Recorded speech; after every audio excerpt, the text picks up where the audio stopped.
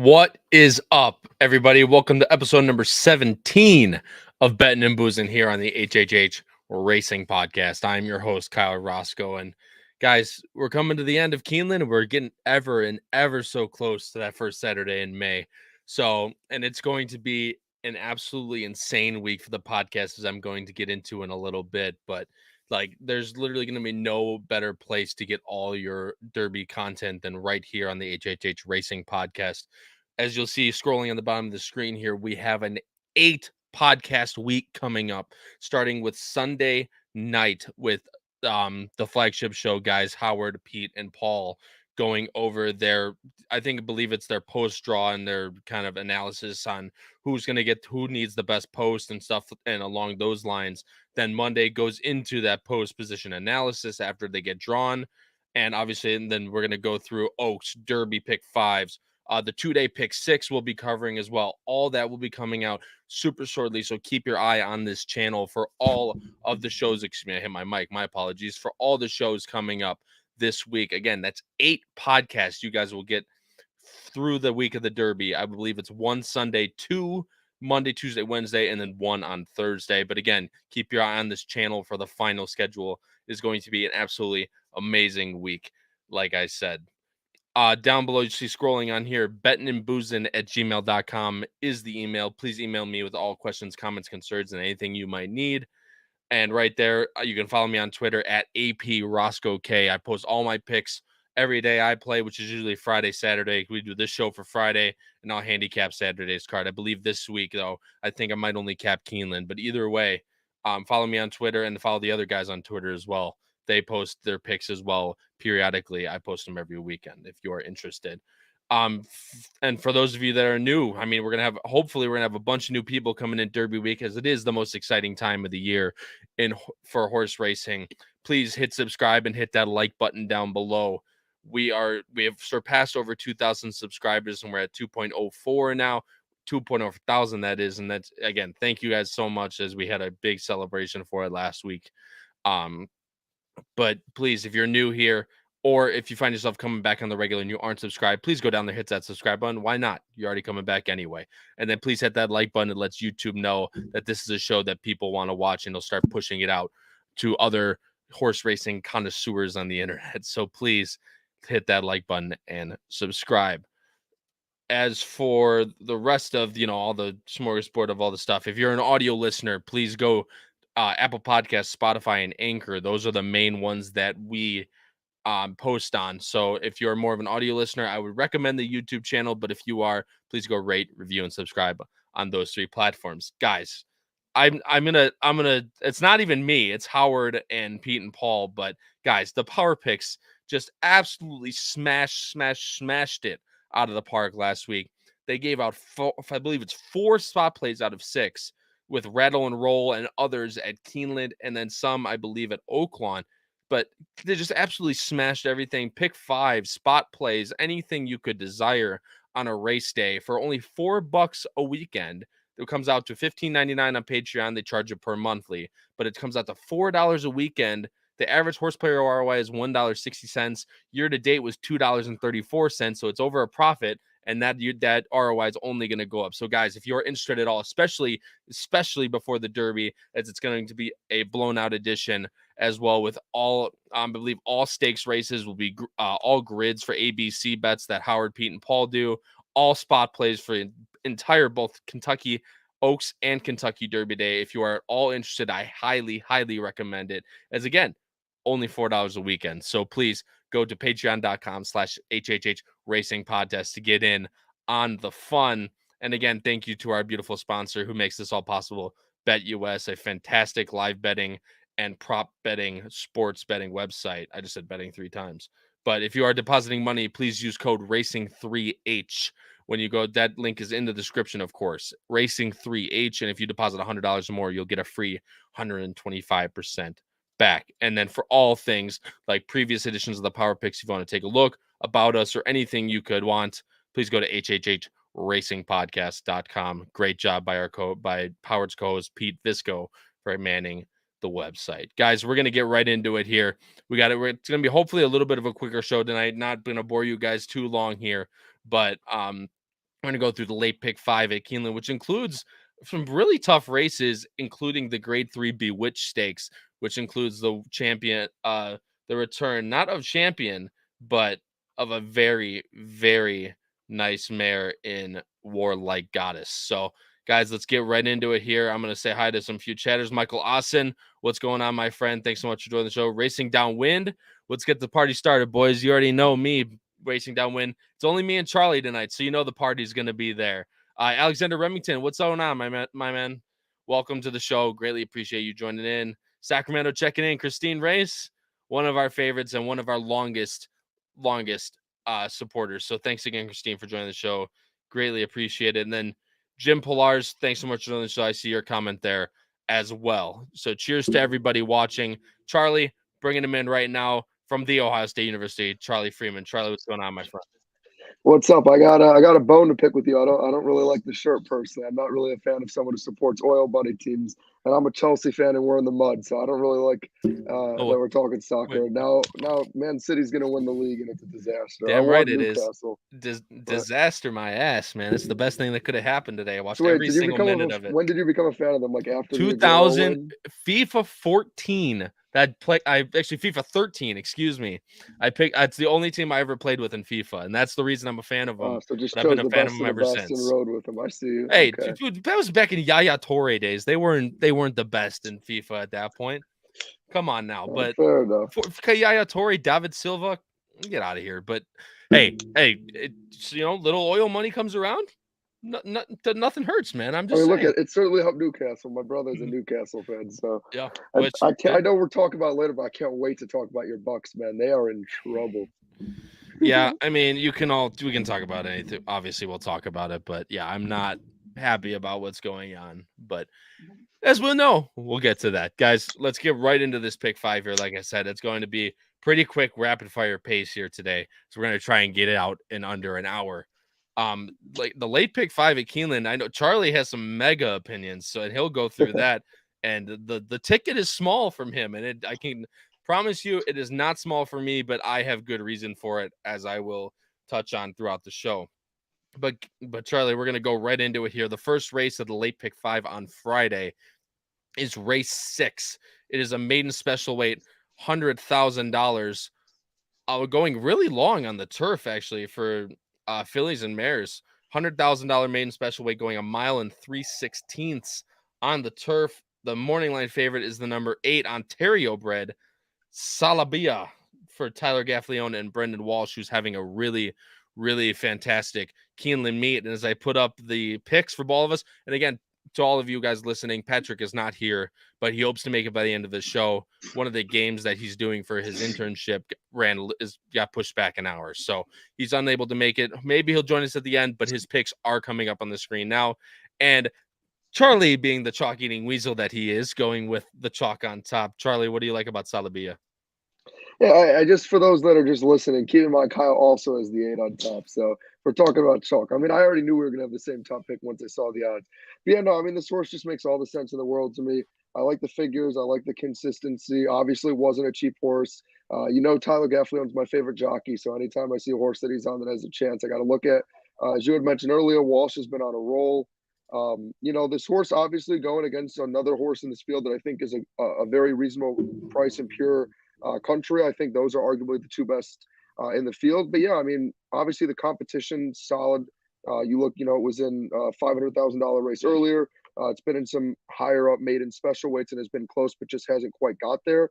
But I don't know. I just feel like this is kind of like one of those things where the horse has been getting close. And I don't think it's seconditis. I don't think it's run enough to be worried about it. So I just feel like this is a good spot for this horse. And this really is its kind of opportunity to show that it's the class of the field and should win this race. I agree. And look, you guys give me all the shit you want, but this horse, I mean, if you just look at granted, previously trained by Chad Brown, but the switch to Brendan Walsh does not concern me one bit. This horse has raced against Contemporary Art. As I go just bring up her PPs, I mean, this horse came back and won another optional claimant at Gulfstream, but was put in the Saratoga Oaks last year. Came back after a really long layoff for Christoph and won with an 89 buyer.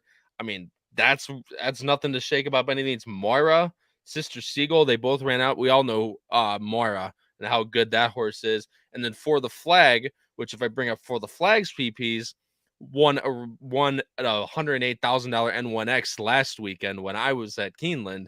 I did not have that horse on top. And funny enough, it ended up being the chalk. I thought that horse was going to be like 7-1. But I think the 8 is really live. And thank you for also mentioning that, Matthew Tremura. I was also going to bring that up. I completely forgot about it. Ended up beating Personal Best, who is a very big player in the Bewitch later in the card, and obviously who she has really turned into a really nice horse coming down the stretch here, no pun intended. But I really like Salabia as well. I just think this is a great spot for her, second off the layoff, newly turned 4-year-old.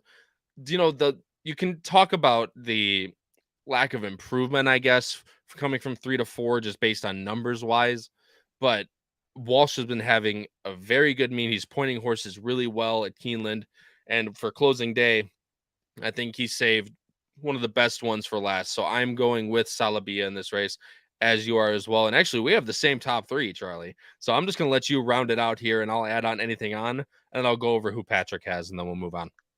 Yeah, I mean, for me, this really was a 3-horse race. There just wasn't a lot that excited me. The 12's obviously interesting. I mean, Clement's a great trainer. Joel Rosario, decent jockey. Obviously, second time start. A lot of times horses tend to take that next step forward after that first race. So that's kind of what I was banking on with the 12. I will say the post position is a little bit of a discouragement for me. I don't necessarily love it being all the way on the outside. But I do also think maybe it can help because, as it mentioned in the comments, it got a studied start because of getting squeezed. So that shouldn't be a concern with it being all the way on the outside. But yeah, I certainly think this horse is interesting. I don't love the 7-2 price on it, and I don't know what price you'll actually get on it. But I also do love when you see on the time form the late speed that it has. So I definitely think the 12 could be a dangerous horse. But I also, which I know we'll touch on briefly, think the 9 is a very interesting horse, and I love the price. I don't think you'll get that price, but I think the 9 was like 6-1 opening, which to me is pretty surprising because it's another one that's been in some decent, if you look especially earlier on, like maiden special weight 99,000, 122,000, 87,000. It ran really well against the favorite and the deserved favorite, the 8 in this race. Another one that's been working well as well. So by no means do I think this horse should be discredited. I will say some people care about it, and I get it. Like it did run its best race with Joel Rosario on it, but Rosario chose the 12, which, make of that what you will. But I think the 9 is another one that could be interesting, and you could get at a very good price.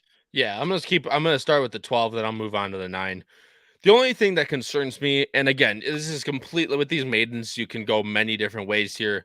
She's 3 maiden. I mean, Christoph doesn't necessarily crank up his horses, but being almost 10-1 first time out for Christoph with the connections with the China Horse Club, that scares me a little bit. The horse isn't working that great, but I mean, they have, to your point, Charlie, with the 12 post, they have such a long run to the turn. It's 1 mile and 3/16. I'll even go up just to show everybody. You can see they start all the way at the back of the stretch for this run. So the post doesn't necessarily scare me at all for this race. And if this horse can take another step forward, there really isn't anybody that has either shows improvement towards that upper 70s or anything. And like you stated, how these horses can really show something more second time out. And Pioneer the Nile by a tap it mare. This horse looks distance all the way through. So I will take a shot with the number 12 in second. And with the number 9, the only thing, again, you can kind of pick holes in all these horses here. The one thing that kind of scares me is it was running in those Kentucky bred maidens, or the Kentucky extra money maidens, at Churchill, at distance, was running pretty well, had Bejarano up. So the fact that Rosario jumps off, Bejarano still gets on. He knows the horse. I'm not too worried about that. But this horse really hasn't shown that much improvement. Just came back last race in that live race that I talked about with For the Flag. So maybe she can start improving, newly turned 4-year-old, but I'm willing to take a shot. Hopefully we can get that 6-1, if not a little bit more. Judging by connections and jockey wise, I think you will get every bit of that 6-1. But hopefully she can continue to take a little step forward. But that's the one thing that concerns me is you can see opening up 72, coming back, it's a 72.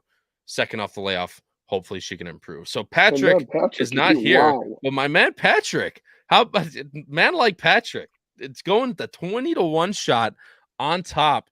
Dixie Supreme for Connor Murphy and James Graham. I would have loved to hear his explanation Right. on what the hell that is, I because mean, I like the I mean, late speed, but like, man, look, there's just nothing else there. I'll never talk. If people love a 20-1 shot, I'll never talk anybody off, because I mean, hey, kudos to you just for having balls, basically. But I know I don't handicap with the morning lines. I don't think Patrick does either. And I don't know if you do, Charlie, or not, but this just seems like a really tough spot for a horse like this. You probably get that 20-1 too. I mean, just connections wise, I don't think this horse is necessarily going to get bet. Coming from Tapeta, low numbers, although a cold pace, but I mean, Giants Causeway mare. I mean, you can see the distance and the pedigree, but this horse is definitely going to have to show a little bit extra for me. And then he's actually going another 15-1 and third with the 12 and second. But I agree with you, Matthew Tremor. I just see your comment in the chat. He says Union Rags is not a particularly good turf sire. I do agree with you. This one kind of surprises me more, honestly. Like, again, with the 7, I get it because like it does have that 91 late speed, and as you mentioned, this is a very long race. So maybe that's the angle we went with. I mean, it's a horses that haven't won yet. They don't have a lot of experience. So maybe he just was like, you know what, that's a big speed late figure. Maybe it takes a huge step forward. But like, I don't see it at all with the 4. I mean, a 46 is abysmal. Doesn't have early speed. Doesn't really have late speed either. It hasn't worked well. The connections don't get you all that excited. I don't know. I mean, look, like you said, since he's going with double digit horse odds, it's not like he's taking some horse where it's like it's at a low price and you can't believe it's at that low of a price. He's taking chances. And Yep. again, as you mentioned, with a race like this where there's no clear cut dominant horse, it wouldn't be the craziest race for an underdog to shock everyone. Yeah, and this is a spread race for me. I was actually originally at 6. I had to dumb it down a little bit to 4 for my ticket, but this horse just an awful lot to do.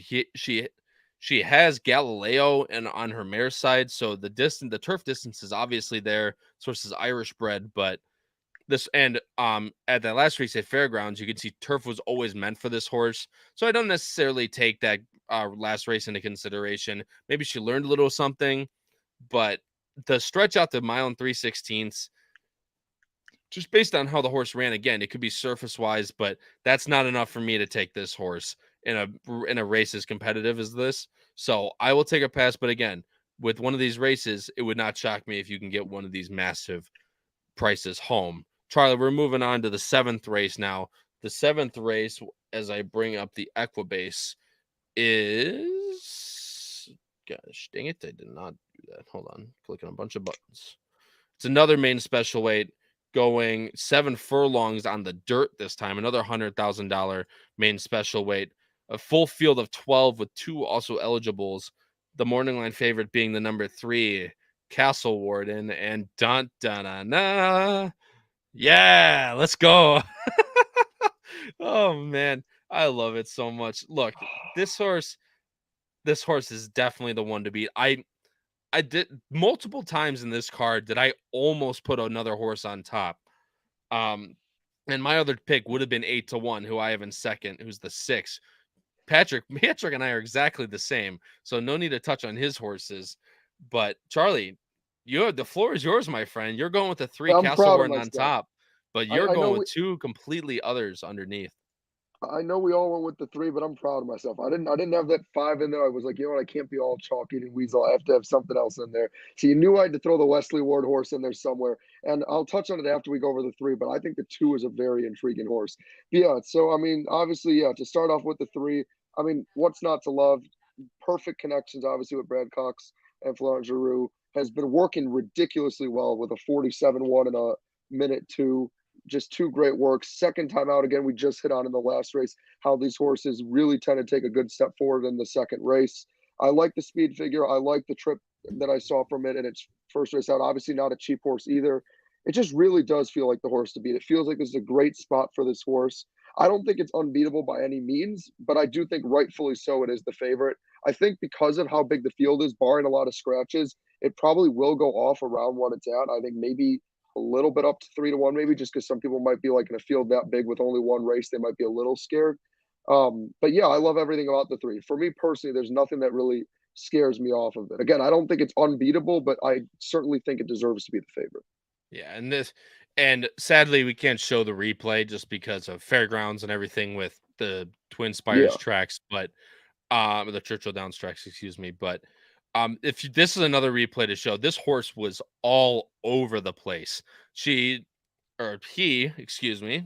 I corrected myself. I'm not taking a drink for that. I corrected myself oh, right up. fine.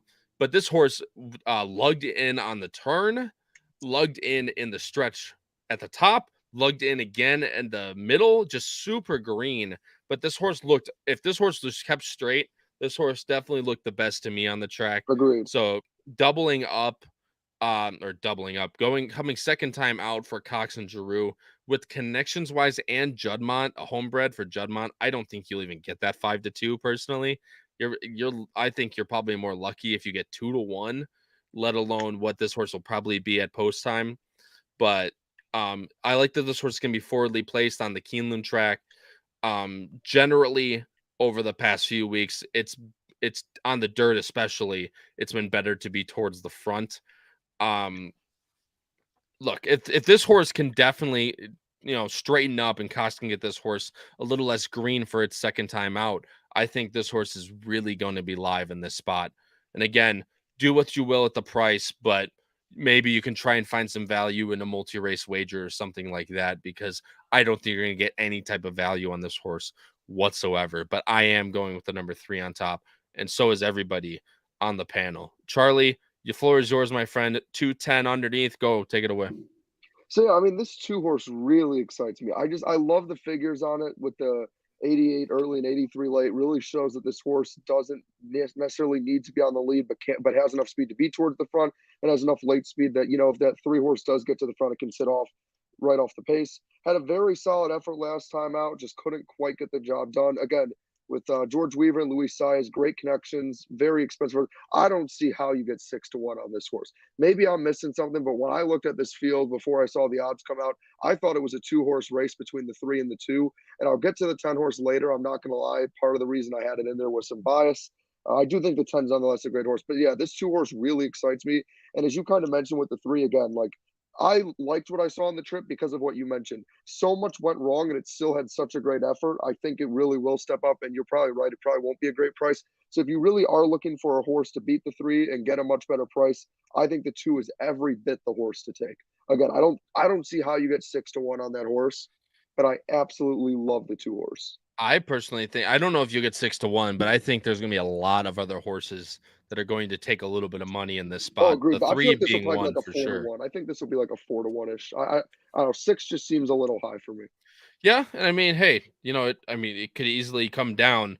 Just again, connections wise in the races that this is run. I'll talk about the 5 and the 6 after Charlie's done.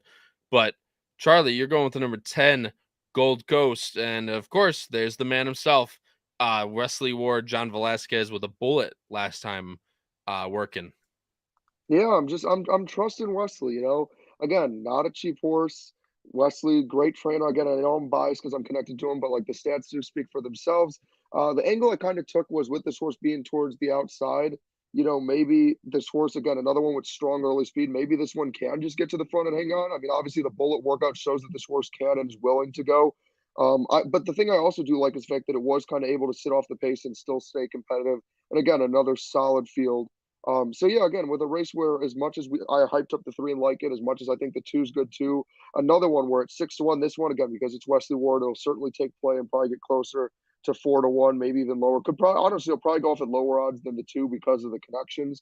I mean, again, you got John Velasquez on it as well. So yeah, I think the 10 is another very dangerous horse and could very well win this race. Would not surprise me personally. Yeah, But and I bias mean, aside, I like that it's working well. well, you like that it's Wesley Ward is what you like about it, Well, but that helps.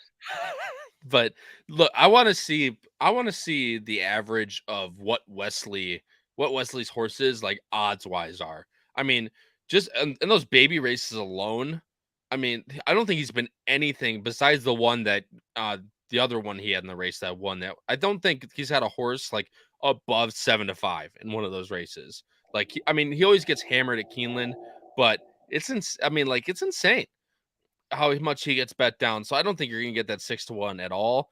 This horse ran on synthetic last time, stretching out an extra furlong. I'm not sure if this horse really wants that extra distance, although it is by Uncle Mo. So I don't see it. The breeding suggests longer, but the last race didn't really suggest that to me. And for me, with this Wesley horse, I do have him in my ticket later on, but at such a low price like these Wesley horses always are at Keeneland, it's just not going to be for me. He's going to have to show me that he can run really well on dirt for the price that he's going to be. But again, not completely out of the question whatsoever. And I really like that Johnny V takes up the irons for this horse coming from, Gerardo Corrales is a very nice jockey, especially around the Kentucky circuits. But obviously Hall of Famer Johnny V, absolutely nothing wrong with it. And look, I'm going to talk about this 6. And again, I can't show the replay, which really makes me mad because this is a horse that I'm going solely on its last replay. This horse is for running a 22-1 opening quarter at Turfway is about the modest pace, but then a 23-3 and a 12 and a 12 flat next 16th. That's for Turfway, that's really slow on the Tapeta, especially for these maiden races like this. And this horse, literally coming around the first turn, you should, if anyone wants, Turfway posts all the replays on YouTube. I highly suggest you go watch them, especially this race, but we can't show them on here for obvious reasons. But this horse was literally in the parking lot. I shit you not. The horse literally might have been like 3/4 of the way to the outside rail coming to the top of the stretch, and circled everyone and was flying down the center, but I think just didn't have enough to get home being so wide. But first time out, that to make that type of run, especially with a trainer who's extremely hot with Brendan Walsh, gets Tyler Gaffleone. I think this horse is extremely live in this spot. And obviously with a Godolphin horse, you're not going to get better connections. And I think you probably won't get that 8-1. I'm thinking more 5-6-1. Agreed. Hopefully 6-7-1. I think that's the value for this horse, but based on replay alone, I love the effort first time out.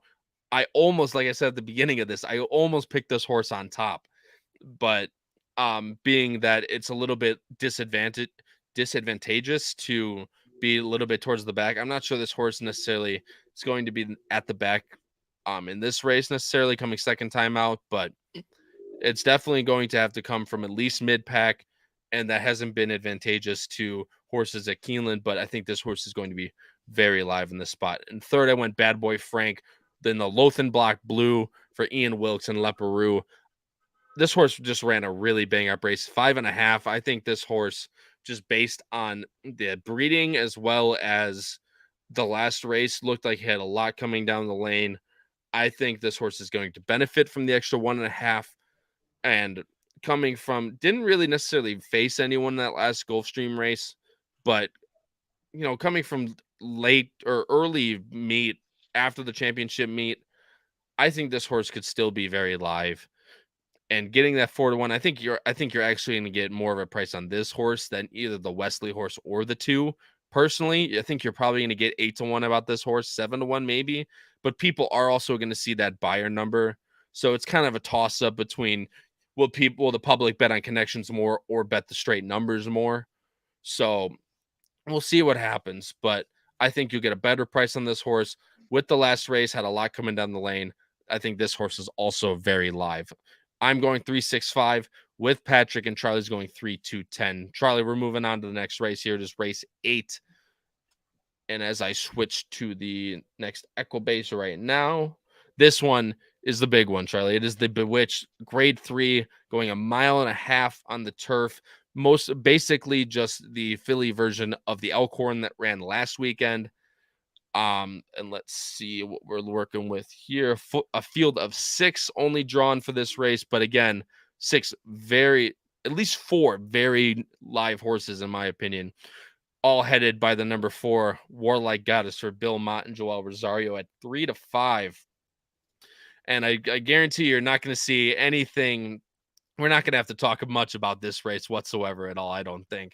But as you can all see, we all are going with Or Like Goddess, but something's coming up. A little bit of a curveball is coming for you guys later. I think War Like Goddess can be beaten in this spot, and I really, really believe that. But Charlie, I'm gonna let you talk through your top three, and I'll obviously we all have them, and I'll let you talk. I'll follow up with anything you got. So, what did you like mainly about War Like Goddess, and then move into your next picks? I mean, War Like Goddess is literally just like my dream horse. I mean, Joel Rosario and Belmont, obviously great connections, but I mean, you look at the figures, and man, this horse solely relies on its late speed, but I love it. Long, long, long race. You know, I love my closers, those horses that just keep on coming. Great figures, consistent. I mean, for me, the 2 is the second best horse in this race, and War Like Goddess has had Temple City Terror's number. Yeah, I just personally don't see how this horse gets beat.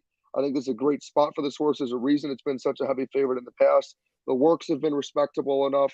There's nothing that really scares me. For me, when I was making my top 3, it was kind of just like, all right, who do I think is going to get to have the privilege of finishing behind the 4, but be close enough that you can still see the horse on the screen?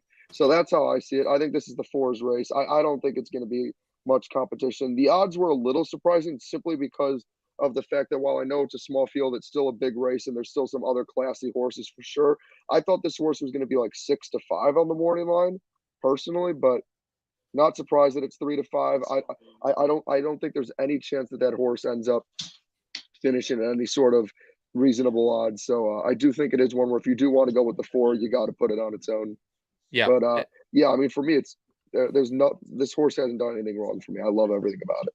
of course. I mean, there's not a whole lot to say with this one. I mean, to put how much faith Krikorian had in her, he instead of throwing her in the filly and mare turf where she would have probably been 2-5 in that race, she gets thrown into the Breeders' Cup turf and runs a really respectable third behind Rebels Romance and Stone Age, 2 very, very nice horses.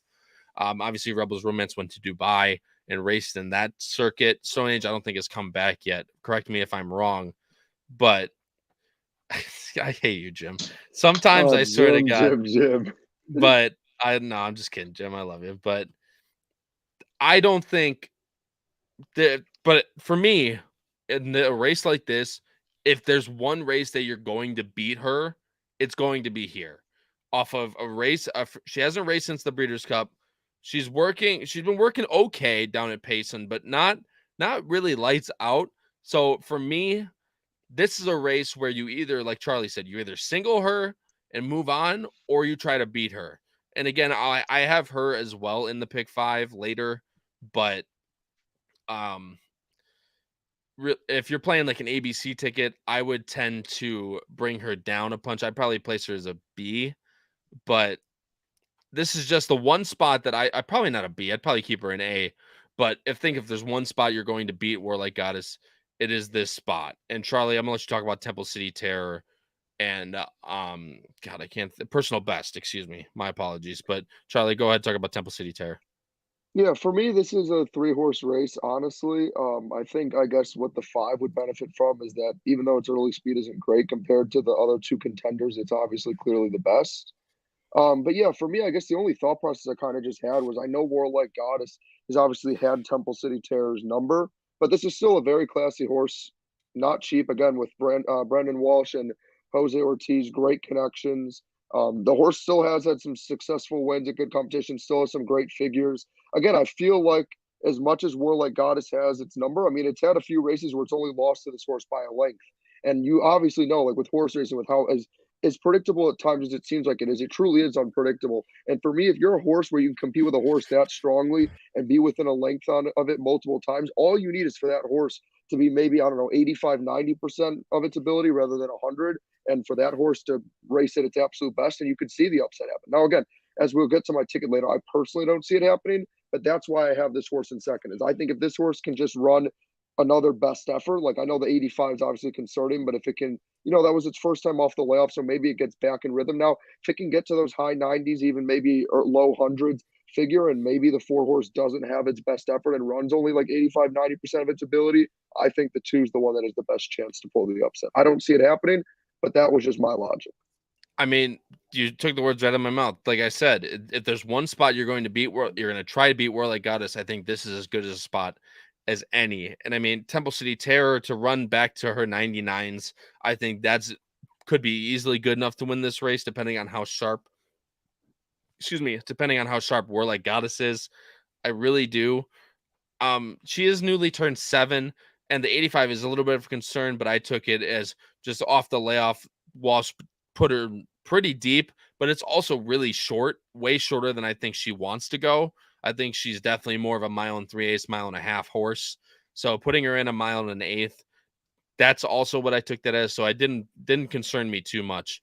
As with Personal Best, I think Personal Best could sit really not right up on the pace, but could sit really close and get first run. And I think if anyone was to beat Warlike Goddess in this spot, I think it's Personal Best with a first turn run. That last race in the Orchid, the Gulfstream turf race, the turf races really have not been kind to closers, especially later in the meet with the DERF or whatever. Obviously, no fault to Gulfstream. They didn't rain there for months, but I think this horse could get first run on Warlike Goddess, and if she's at all improving off that 97 in the last race, I think this horse really, really has a big shot to win this race. And again, I keep saying it, but if you're going to beat Warlike Goddess at a 2 to 5 price, this is the race that you're going to have to do it. So I'm going 4-5-2. Both Charlie and Patrick are going 4-2-5. And before we move on, I'm going to give a little shout out to the boss man, Howard. Thanks so much for joining in the show. Greatly appreciated, my friend. He said, just recorded my story and 1-hour documentary about my life on the podcast. It'll be on the YouTube channel late tonight or tomorrow. Bettin N Boozin. Hey, we got some love, Charlie. I guess that's what matters. But Howard, cheers to you, my friend. Can't wait to watch the story. Obviously, since we've become really good friends, obviously not only through the podcast, but outside the podcast with everything. I'm still going to watch it, even though I know a bunch about it, but I would highly recommend it, guys, especially with the podcast. It's pretty interesting. So again, join up and check out that on the channel either late tonight or early tomorrow. That would be greatly appreciated. So Charlie, we're moving on here. Again, not too much to talk about on that. It's either you really like Warlike Goddess or you try to beat her. That's really what it is. And again, it's not only that in this race, I think it's even more likely in the next race. So race 9, again, we're all the same. Like there's no difference in our picks at all, except Charlie, me and you are exactly the same. Patrick has the 4 in second, but a la carte certainly looks really, really tough to beat. And as I bring up the Equibase right now, check out the entries. This is a really nice $110,000 allowance going another 7 furlongs on the dirt. This one is for the males, and the heavy favorite is a la carte for Bill Mott and Irad. Again, just looks really tough in this spot, as you'll see when I bring up the PPs. Charlie, you are going with a la carte. So am I. So is Patrick. What did you like about this horse on top? I mean, this horse just looks every bit the part of ready to just take this field and dominate. I'm not saying it'll be someone where it wins by like 6-8 lengths and it's off the screen, but I think this could be one where it wins by 3-4 lengths, convincingly going away. I mean, again, the early speed's great. The late speed is strong enough that I'm not really worried about it. Obviously, it is a step up in competition since it's first race of going against non-maidens and ones that have won before. But yeah, I love this horse in this spot. Irad, Bill Mott, obviously great connections. You're not going to get a good price on this one. I'm guessing if you're lucky, another one where I was saying I thought this one would be a little bit better odds. I thought maybe it would open at like, I don't know, 7 to 5, 8 to 5 and get bet down to even money. But now that it's starting at less than even money, you're certainly not getting a good price. Another one where, again, I think if you truly believe in it, consider singling it. I mean, when we get to my pick 5 later, you'll see how I feel about it. But yeah, I love everything about this horse. I know it's a horse that likes to be at the front, and I get nervous about speed, but this isn't that long of a race. As you mentioned earlier, Keeneland being towards the front helps. This is a horse that can just sit right off the pace, but honestly has enough speed in this race. I don't know if it'll have to. It could just honestly get to the front. I do think there only are 2 other contenders, for me at least, that get me excited enough to even consider. I know the 6 is a short price as well, and none of us took it, but Bourbon Heist just doesn't do anything for me. I think the 2 and 4 are interesting. As much as I love Wesley, I actually like the 2 more, and I think because of the connections not being as strong as Wesley's, you'll get a much better price on it. I do think the 2, simply because of its late speed, is probably the biggest threat to beating the 1 horse, because as you know what Wesley's horse is, while this 4 horse does like to sit off the pace, it does want to be closer to the lead. And I feel like the only way you're really beating the one is if you're a horse that can sit like a stalker closer role and get by it. But I don't see anybody getting by it. I think the one horse should win this pretty convincingly. Yeah, and I know again another 4-5 shot that we're taking on top, guys. But this horse, I would personally argue this horse is a more likely winner than Warlike Goddess, and I truly believe that Warlike Goddess might be the best in the and she might be much the best in the previous race, but the layoff could hurt. I don't, maybe she's not, maybe she's 90% something like that. Well, I just saw Jim's comment. But I just think this horse is even. I love that this was gonna be forwardly placed. I really don't think there's that much speed, and let alone good speed. Like I don't think the 5 or the 3 used to show a lot of speed when it was trained by Chad, and then ever since this horse went to the synthetic, this horse really hasn't shown speed at all. They're putting the blinkers back on, or not back on. They're putting the blinkers on to maybe rekindle a little bit of that early speed that this horse showed, but on the trainer switch, there hasn't been any of that this horse used to have. And I don't know, like I said, if it's a different training job, I'm obviously not a horse trainer, so I'm not 100% sure. But I'm not trusting that horse to go to the front. The 4 really doesn't have that much speed. I think more like behind First Flight horse. OP Firecracker was entered today. And I wanted to touch on this horse did scratch today in that 4th race at Keeneland. So this horse will most likely be running in this spot on Friday. But again, no early speed really whatsoever. And Bourbon Heist really doesn't have that much early speed. Again, maybe a behind First Flight horse. The one's definitely faster. And then War Room does have a lot of early speed, but this horse just looks really slow on paper, to be honest with you. I think the one clears in this race. And as long as he gets the set favorable fractions, I think this horse could be really this race could be really hard to beat this one horse. But Charlie, I'm gonna let you touch on the 2 and the 4. This is a race where I originally had it 2-1 2-1-6, I think. Yeah, I had it 2-1-6, and then I had it 1-4-6, then I had it 2-1-6, 2-1-4, and then I settled on 1-2-4. It's just I was all over the place in this race. So Charlie, my friend, you're taking it. What'd you like about the 2 debate? And then obviously touch on the 4, and then we'll move on. I mean, yeah, like this card worries me, to be honest, man, because like we've been on such a roll of such difficult cards, and like when I went on the flagship show, so many cards are always taking me forever. But like I was very caught off guard with how quickly I went through this card.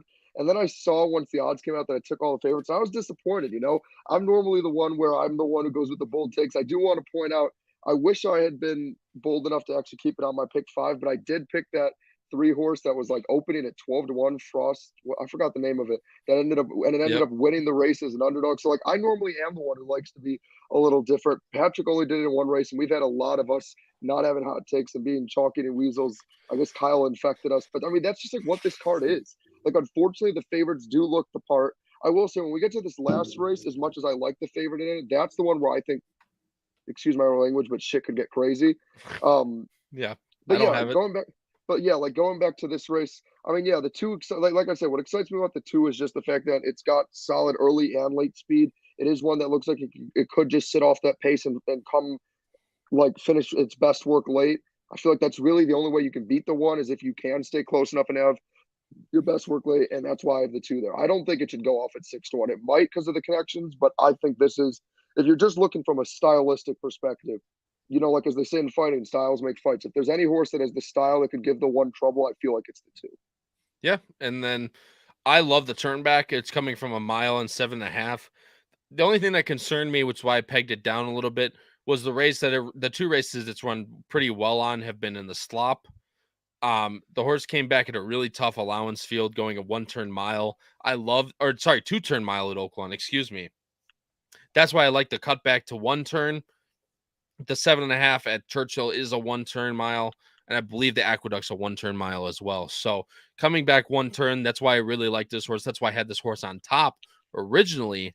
But I think this horse, I just think the 1 could clear and be on its way. But I do like the 2 a lot for all those reasons you mentioned. And Charlie, wrap it up with the number 4 Overboard with Of course, I should have guessed that you had to throw this horse in there. I mean, to be fair though, as you kind of hit on, the other horses just look so much not the part. It was kind of hard not to. I actually like genuinely thought this was the race I've probably been the least biased towards Wesley because like Patrick had it at second. I really do feel like with this field, you really couldn't put the 4 any lower than third. But I was realistic again, not a cheap horse. I do really like the improvement. I know it hasn't raced in a while, but to see it jumped all the way up to that 84 does show that something was there. Granted, I think it was on the slop. Like the conditions weren't great. But yeah, I don't know. Sorry, I just saw the comments No, on you're laugh fine. for a I'm moment. looking too. But yeah, I don't know what the 4. It's not like most Wesley horses, as you mentioned. It doesn't really have that crazy speed you're normally used to seeing.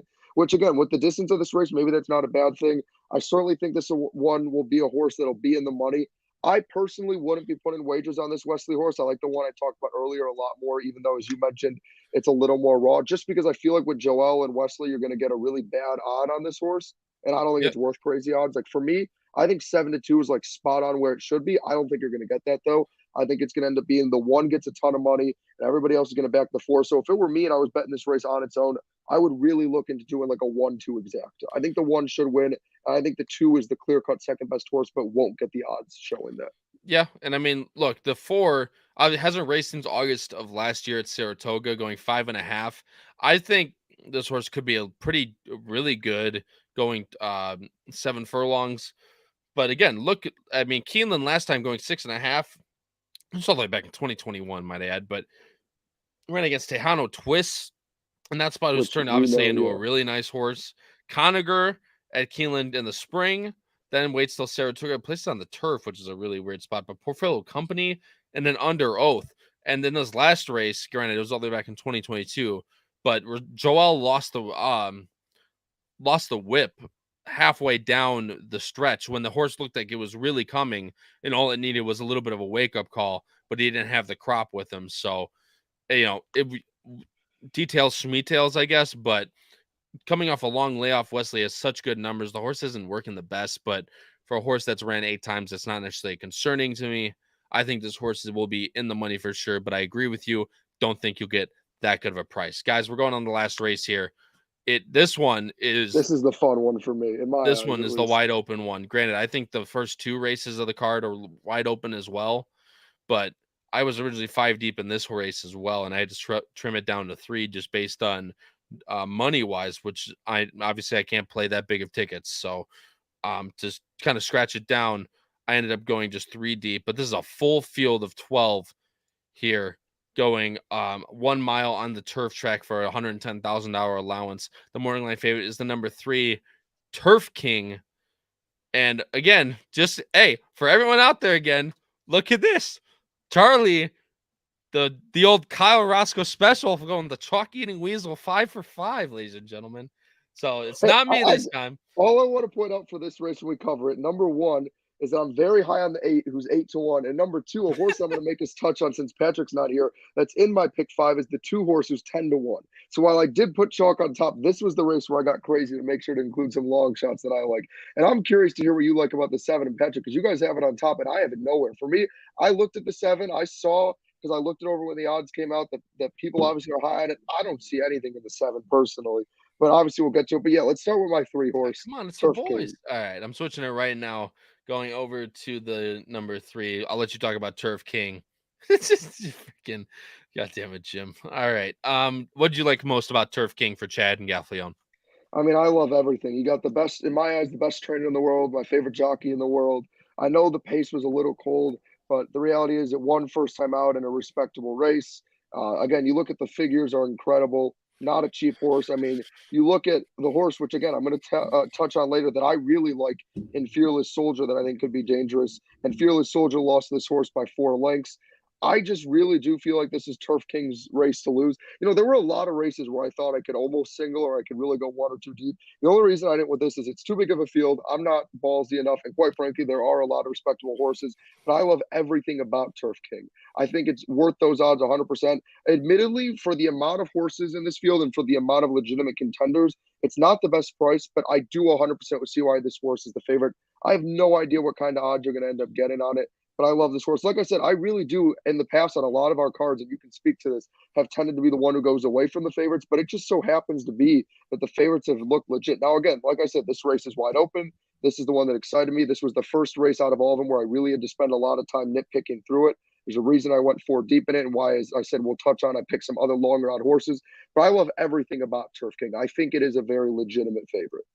Yeah, and improving second time out coming from Gulfstream has it. This horse has been at the track for 3 works now, so Chad definitely has had this spot picked out for a while. So the intent is there, in my opinion. This horse, I mean, he stalked into a cold pace last time. And if this horse can improve off the 82, I think this horse is really live for Chad as well. Look, I love Dunedin, and being not just because this horse is by Kelsey, because I know whatever all are trained by Kelsey, owned by John and MBS. I know what you're going to say. It's not because of the connections, but this horse ran a really, really good futurity during the back at Belmont at Aqueduct meet. I would say back at Aqueduct. It's not what it is. Second time off the layoff, Kelsey throws him into the Cutler Bay, runs a decent third, decreasing in the buyers a little bit, but first time off the long layoff doesn't surprise me too much, even though Kelsey does a really good job with horses coming off definitely an over 6-month layoff. She did it with 3 of my horses, which is, just ridiculous in its own right. But I think this horse really has a chance to improve off that second time off that layoff. I think this spot really fits this horse. I think the 7.5 at Gulfstream really showed this horse being really even, never really had a kick. I just don't know if this horse was necessarily ready. This horse will be forwardly placed, get first run, and I think this horse will improve to maybe a little mid 80s, and I think that could be good enough to win this race. I really like Dunedin in this spot. Obviously, Charlie talked about everything with the 3. I have nothing more to add on that. Charlie, Wesley horse, I have in third, you have in second. This horse freaked, frankly, last time out going a mile on the synthetic, but now has to show it on turf. Yeah, I mean, like this horse, I love everything about it. I think it has its chance to get back on turf. I think Wesley, again, kind of how you mentioned earlier with Chad, I think Wesley likes this horse in this spot. I love the early speed. I think this horse, again, it showed it could sit a little off the pace. I think this horse can go to the lead. I like the gate position for it to do that. I don't think it'll have to deal with too much traffic. Again, I like that John Velasquez is on the horse. Love the huge jump in the speed figure off of that long of a layoff. To me, is insane. I think this horse is live. Its workouts have been great. The horse looks ready to go. To be honest, again, I mean, I wasn't going to single this race. There's too many legit contenders. But man, when I saw this 11 horse, it got me so excited. I genuinely think this is what could help the 3 horse. It's going to be interesting because it's 2 horses that look great, that are expensive, and both have great connections. So it's going to be very interesting to me to see how the odds end. But I think it's going to end up being a 2-horse race in terms of from an odds perspective between the 3 and 11. I think there's other contenders out there, but I think all the money's going to come in on 3 and 11, and rightfully so. I love this horse. Didn't love what I was seeing on the figures early on, but I love that huge jump off the layoff. I think Wesley has this horse ready to go, and I'm very excited to see how it performs in this spot. Yeah, I mean, the 11, like you said, I just don't like that the big buyer jump comes on synthetic.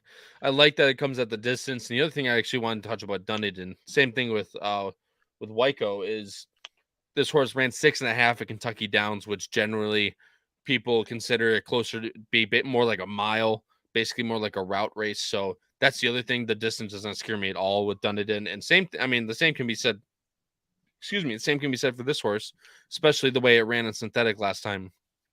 This horse is just going to be such a low price in this spot, and especially with that buyer figure, this horse just have to show me on turf that it can do it at a low price. The breeding says, it should be decent on the turf, but again, at 5-2 or 2-1, this horse is going to have to show it to me that this horse can run on turf. Coming back again, newly turned from 2 to 3 could also be a big step up, which is why I have this horse in third and have this horse on my ticket. Could just be a big step up, but we'll see what goes on. Charlie, I'll let you talk about the 8, and then I know you want to touch on the 2, but we're going to move on right after that to our pick 5 ticket.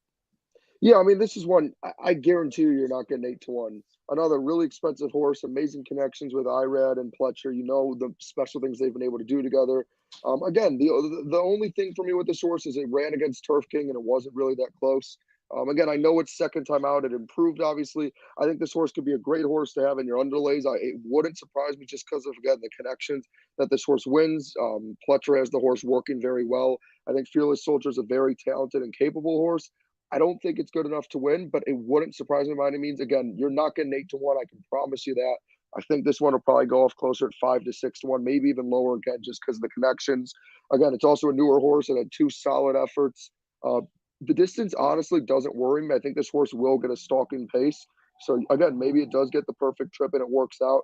But yeah, when we touch on this next horse, I could not believe the odds on this 2 horse. But yeah, that's what I had to say about the 8.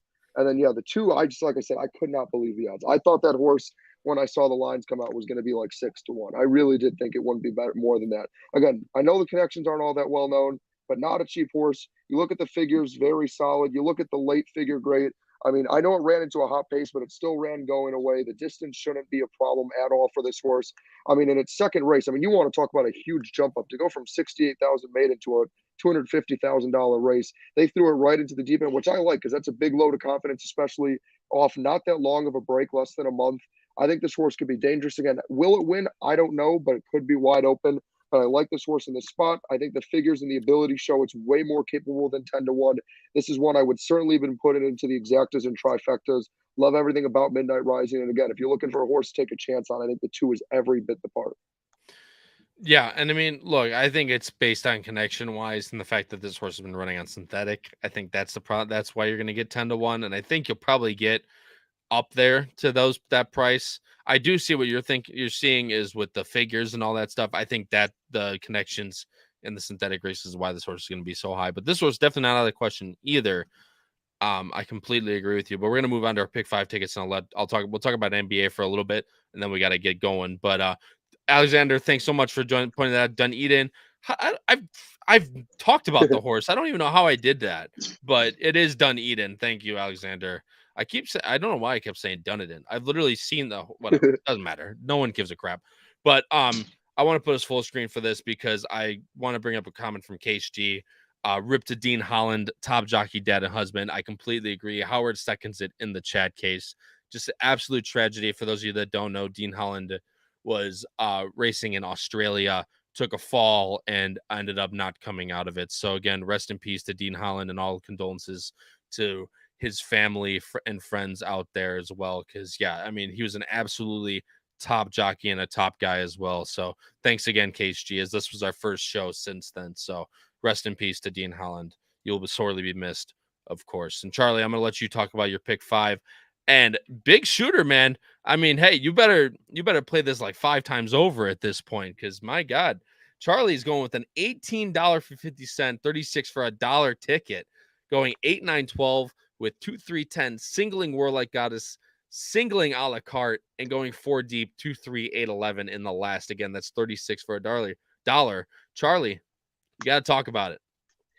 I mean, yeah, like I mentioned earlier, the thing I take pride on in this show is my hot takes and the fact that I'm not afraid to be bold and be different. So my thought process was, if I was going to look like Kyle, look like a Chalky and Weasel, and take all the favorites, what can I do to show the people why I'm still the fan favorite and show them why they still love what I have to hear, and that I'm not just getting so infected by Kyle that I'm played scared. And you know what they say, scared money don't make money. So the reality I felt was, if I want to be that way, I got to stand on what I believe on. If I'm claiming that I believe in these favorites and I think they deserve to be at those odds, even if they're not the most appealing odds, I got to stand on that. That's why I had 2 different singles. As I mentioned earlier, I do think there's multiple legit contenders in those earlier races, but I did just stick with my top 3 because I went with them for a reason. And then as I touched on, I think the last race, as much as I like the favorite, I do think there's a lot of legitimate contenders, which is how I ended up 4 deep. But yeah, look, if you're someone who also likes the favorites, but again, you want to have a little more of a bold ticket, you also want to be on a budget. Look, you want to go 50 cents for $18. Why not take a chance on my ticket? You know, and I don't single often, people, so this is a once in a lifetime opportunity. And double single, that doesn't happen ever.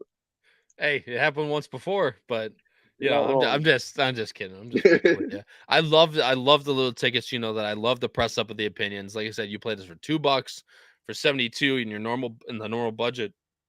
Obviously, play to your own budget, but I love the press up tickets, and I think if it comes out chalky, that's how you're going to make some money, is with the press up tickets. So Charlie again is going 8, 9, 12 with 2, 3, 10 with 4 with 1 with 2, 3, 8, 11. So Charlie, but I mean, if you're ready for a balls ticket, it's not going to be in the spread, but there's one horse missing in this ticket that I see it. you'll see it, and you see it now. I'm going with 6, 8, 9, 12, with 2, 3, 5, 6, 10, with 2, 5, with 1, with 3, 7, 11 for $60. And I'll talk about the spread first, but I'll get to obviously the pressing question at hand of why am I not including this horse? Your top Race pick, yeah, 6 the is the four. maiden. Race 6 is the maiden race. I originally was 5 deep in here, which I could have gone 5 deep. I'm keeping it. I'm keeping it to a minimum like $60. That's usually what I like to play around these tickets is about $60. Because I'll also play doubles throughout the day as well. I included Penumbra's Maker for Fausto Gutierrez and Walter Rodriguez. That horse is going to go out to the front or just sit behind. And if that horse gets first run, could be live for sure. Obviously, Salabia, Pure Country, and the number 12 Towerette for CHC and Clement. In the second leg, I'm 5 deep in that race. I think that's a race where you could really get. If Castle Warden doesn't win, he's still green. There's a lot of different horses that could come from as well. The 2 horses I didn't have that I included were Dark Vector, the 2 that you talked about, and the 10, the Wesley horse that you also talked about. So I had your your other 2 in your top 3 on there as well. And again, in the Bewitch, it's what Charlie said and what I said earlier. It's either you include Warlike Goddess and you single her, which I'll probably play for full disclosure. I'll probably play a backup ticket, pressing, with Warlike Goddess in there, but I'm going to try and beat her. I'm going 2-5, only personal best. And, well, God, what's her nuts? Temple City Terror. I'm going those 2, not including Warlike Goddess. And if she loses, the value increases massively on these tickets. So that is where I'm going with. That's my bold prediction. I'm going without Warlike Goddess. I am singling a la carte in the 9th.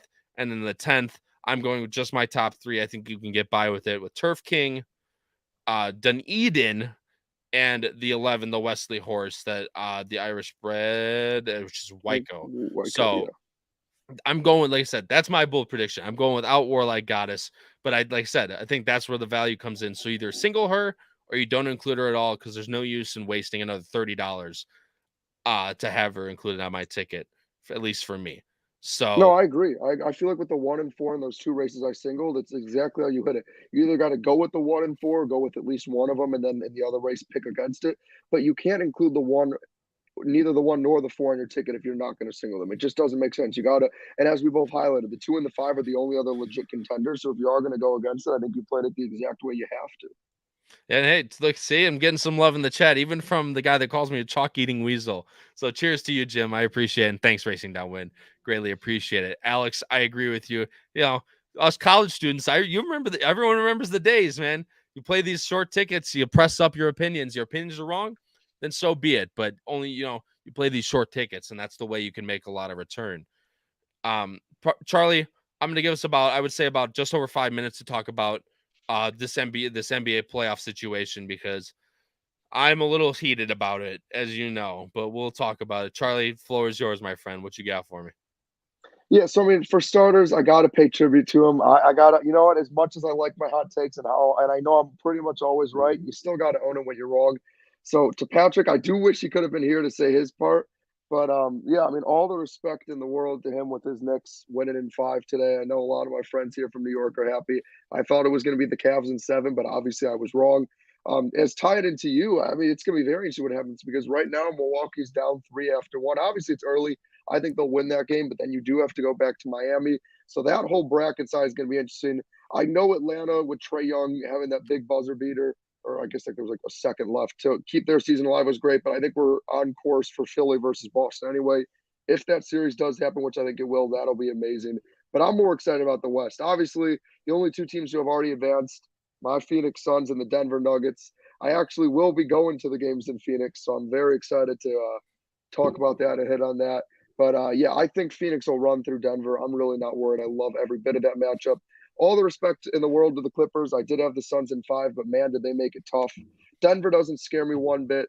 They played them 2 years ago. They get Jamal Murray back. We get Kevin Durant. I'll take that any day. We swept them before. I don't think we're sweeping them again. Probably going to be Suns in 5 or 6, but it's a matchup nightmare. The reality is Denver doesn't play defense that well. Jokic actually somehow, even though Ayton's like the worst defender I've ever seen, struggles against DeAndre Ayton. I don't really get it. But the reality is they can't guard Kevin Durant. Chris Paul, because of their drop coverage with Jokic, is a matchup nightmare for them. Devin Booker's been the best player in the NBA in these playoffs. Like, unbiased, he genuinely has been, if you look at it from a statistical perspective. So they'll run their way right to the conference finals. I mean, like I've been saying, I've been begging people to bet the Suns to win it all. I know there's some bias there, but man, their path looks nice right now. I mean, huge game tonight. Sacramento and Golden State tied at 2. I mean, that's obviously been the best series. Anybody who's been watching these NBA playoffs knows that's been the most entertaining series to watch. So tonight's a crucial game because I mean, if Golden State wins this, man, and they've won 3 straight and they go home, that series is over. So I'm really pulling for the Kings personally. I want to see that one get 7. I mean, man, the Lakers, it looked like the Kings, the Grizzlies were done. It looked like they were over. And they just come out and blow out the Lakers and keep their season alive. They were up. I saw they were up by like 20. Yeah, they won by 17. So, I mean, I think still you're going back to LA. I think Bron closed them out in 6, just as I predicted. But, I mean, who knows? I mean, again, it looked like the Grizzlies might just roll over, but they didn't. But so, I mean, yeah, I guess that's the gist of it. And I do want to say one thing to touch on. I mean, I don't really have – I wish I could have done more research, but it is finals week, so I haven't. But I am curious because I saw some stuff in the chat about it. I wonder what people – because I saw what Penn State Scott said. I wonder what you think about the NFL draft tomorrow, because that is something that's big that's coming out. We got that first round tomorrow, and he's saying, asking if I love C.J. Stroud. I do love C.J. Stroud. Actually, he was a guy I advocated for long before any Ohio State fans did for him to be the starting quarterback. And I really liked him, but then I didn't like his play. I thought he played soft and scared. He was scared to run. But I got to witness that Georgia game. I was there for it, and man, that was one of the best performances I've ever seen. I love C.J. Stroud. For me, I know I'm biased, but he's my QB1. I know he's not going to probably go first. It looks like it's going to be Bryce Young. I don't know if you also saw, but Will Levis, there was like a Reddit thread that went out. Yep. Yeah, and I saw on TikTok though, he got interviewed about it, and he was like, "That's completely fake. I don't know where they got that from." And he was like, "Look, if it ends up being me, like, congrats that you bet on me, but if not, I'm not responsible for you." Dude, like Vegas dropped like tenfold. I don't know if you saw that. I mean, if the bets get hammered that much, you got to adjust. Well, yeah, but I mean, go from 4,000 to 400. I mean, that's a big ridiculous. drop. That is absurd. But yeah, I mean, I wish I didn't get to it because I've been busy. I had been meaning to try to give some picks because what I like to do, I mean, I highly encourage for the people that are listening right now. It is something fun to do. It's hard to do, but it's a fun thing to do. Just like skim through your draft props and just find a few prospects that you're high on to get drafted at a certain time, and it'll give you like an over under of them getting picked around that range. That's something I personally like to do. Plus some small wagers on that. It helps you stay engaged in the draft. If you don't exactly know what's going on, or maybe if your team's not picking high, or maybe they pick at the beginning and then it gets boring. So that's a fun thing I highly recommend people do. But I think this draft will be interesting. I think it's going to be one of the more unpredictable ones that we've had in a while. I know Adam Schefter even actually placed a bet live on television saying that there wouldn't be a run on quarterbacks early on, that he didn't think there would be 2 quarterbacks taken in the first 4 picks, which is crazy because that's pretty much how it always goes. So I think that'll be interesting. I mean, again, on the NBA, in terms of the NBA, we'll talk more about it next week as as it goes on, hitting on each round. But yeah, like I keep saying, people take the Suns while you still can, man. Especially with the Bucks in trouble, who for me were their biggest threat. Those odds are just going to keep dwindling. I don't know if you saw though, your Bucks headed into tonight were still the 3rd choice to win the title behind the Celtics and Suns, which is crazy to show the confidence. But I get it. They're down 3-1 and they're only plus 100 to win the series, which is ridiculous to me. Nothing against it, but how hard it is to come back 3-1. I mean, yeah, of course. I mean, obviously, if Giannis goes demon time, well, Jimmy went demon time, frankly. I mean, dude dropped 56 when Brooke Lopez dropped 36. I mean, like, that's more nuts to me than Jimmy dropping 50. But look, playoff Jimmy's a real thing, and obviously, the Heat were a very rough 8 seed for sure for the Bucks to get. Much would have rather had the Bulls beat them, frankly. But like I said, just got to come back down 3-1. It's not easy to do, but if there's one team that can do it in this year's playoffs, it's definitely the Bucks. So hopefully they can get that home for the boys, just like the boys did today against Arsenal, because disgusting. Arsenal collapsed, man. Also, I do want to get off before we wrap up. My best bet, I know it's biased, and it's also hard because there's not many picks to make, but right now, on FanDuel, the Suns to win the series are minus 146. I love that. I would hammer it. And then the Suns are at -1.5 is +124. I mean, my God, I'd put the college tuition on it. I love the Suns -1.5. That will not get 7, and they will win that series. They're winning in 5 or 6. You heard it here first. Call it a hot take. I think it's honestly, if anything, a little scary. I wouldn't even be scared to say a sweep's possible. The Suns are winning that series in 5 or 6 games, folks. I'm telling you right now, it will not get to 7, and they're winning that series. So you can choose if you want free money or not. Some people like for free money to give it away and donate to charity. Some people like to donate it to Vegas as charity, and some people like to take the money from Vegas because they know they don't deserve to have all our money. So if you want to do that, just take the Suns, take your free money, go get yourself or somebody else something nice. That's all I got to say. I freaking love it, dude. You know that. But hey, guys, that's it for us today. Thanks again so much for joining in. Greatly appreciate everyone that tuned in. To handicap the late of another amazing, Keeneland meet, even though it hasn't really been that nice to me this year. But just Keeneland's an absolutely magical place. So anytime we get to bet it, I gotta go there one day, man. Dude, hey, the fall meet, man. Fall meet's coming up in October. We should go. That's all I'm saying. Hey, we have a fall break in OSU. Maybe we got to set something up. Hey, you don't have to tell me twice, man. I'll meet you there. But for my co-host, Charlie Freeman, it has been your host, Kyle Roscoe, for episode number 17 of Bettin N Boozin here on the HHH Racing Podcast. Thanks so much for joining in, guys. Have a great night.